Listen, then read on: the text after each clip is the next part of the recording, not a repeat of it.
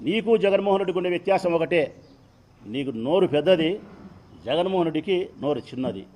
నువ్వు అబద్ధాన్ని నిజం చేసి నమ్మించగలుగుతావు, జగన్మోహన్ రెడ్డి నిజాన్ని కూడా నమ్మించలేని పరిస్థితుల్లో ఉన్నాడు. 10 సార్లు చెప్పుకోలేడు పాపం. ఆయన ఏమైనా మాట్లాడితే మనం మంచి చేస్తాము, ప్రజలు గుర్తిస్తారు, పైన దేవుడు ఉన్నాడు, కింద ప్రజలు ఉన్నారు. మధ్యలో చంద్రబాబు నాయుడు ఉండేవాడు కనుక్కోలేను పాపం.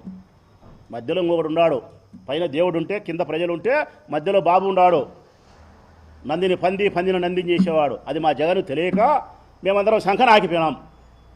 మా జగన్ మంచితనం వల్లనే మేము ఇట్లా అయిపోయినాం. మేము మా జగనే కానీ చంద్రబాబు నాయుడు మాదిరి షెడ్యూడ్ అంటే, ఇట్లా అబద్ధాలు చెప్పగలిగిన మనిషి అంటే, సంస్కరణ దిశ కాకుండా ప్రజల యొక్క వ్యసనాన్ని బలహీనతను ఆసరాగా చేసుకునేవాడేంటే, పవర్ కోసం డబ్బు కోసమే ప్రాకులాడేవాడేంటే, మేము మళ్ళీ పవర్లో ఉండింది.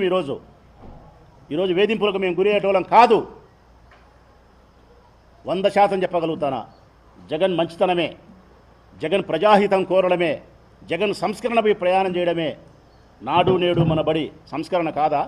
సచివాలయాల సంస్కరణ కాదా? గ్రామ వాలంటరీ వ్యవస్థ కాదా?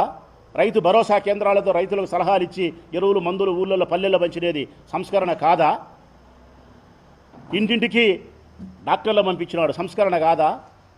నీకు కావాల్సిన బర్త్ డెత్ సర్టిఫికేట్ ఎంఆర్ దగ్గర దొరకాల్సినవి నీ ఇంటికి వచ్చి ఇచ్చినారు సంస్కరణ కాదా? ఆరోగ్యశ్రీలో వేల జబ్బులను సమకూర్చినాడు సంస్కరణ కాదా? స్కూళ్ళల్లో ఇంగ్లీష్ మీడియం ప్రవేశపెట్టాడు, సెంట్రల్ సిలబస్ తీసుకొచ్చినాడు, డిజిటల్ ఎడ్యుకేషన్ తీసుకొచ్చినాడు, వైద్య పరీక్షలు చేయించినాడు సంస్కరణ కాదా? సంస్కరణకు మారుపేరు జగన్. మార్పు తీసుకొచ్చేదానికి కంకణబద్ధుడైన వాడు జగన్. చంద్రబాబు నాయుడు పాత చింతకాయ పంచడి, అదే రోట్లు వేసి దంచి అదే తిన్నట్టే అదే పరిపాలన చేతగాలే, ప్రజలను మెప్పించలే, ఇచ్చిన హామీలు నెరవేర్చలే. 6 పథకాలను అమలుపరచలేని చంద్రబాబు నాయుడు 60 కేసులు పెట్టగలిగినాడు, 60 మందిని జైలు పంపించగలిగినాడు. ఇచ్చిన 6 పథకాలను అమలుపరచడానికి చేతగాలే ఆయనకు, కానీ 60 మందిని జైలుకి పంపించినాడు. ఇప్పటికీ ఇంకా 4 ఏళ్ళు ఉంది, ఇంకా 600 మందిని పంపించాడు. ఈ 6 పథకాల మటుకు అట్టే ఉంటాయి, అవి మటుకు జరగవు.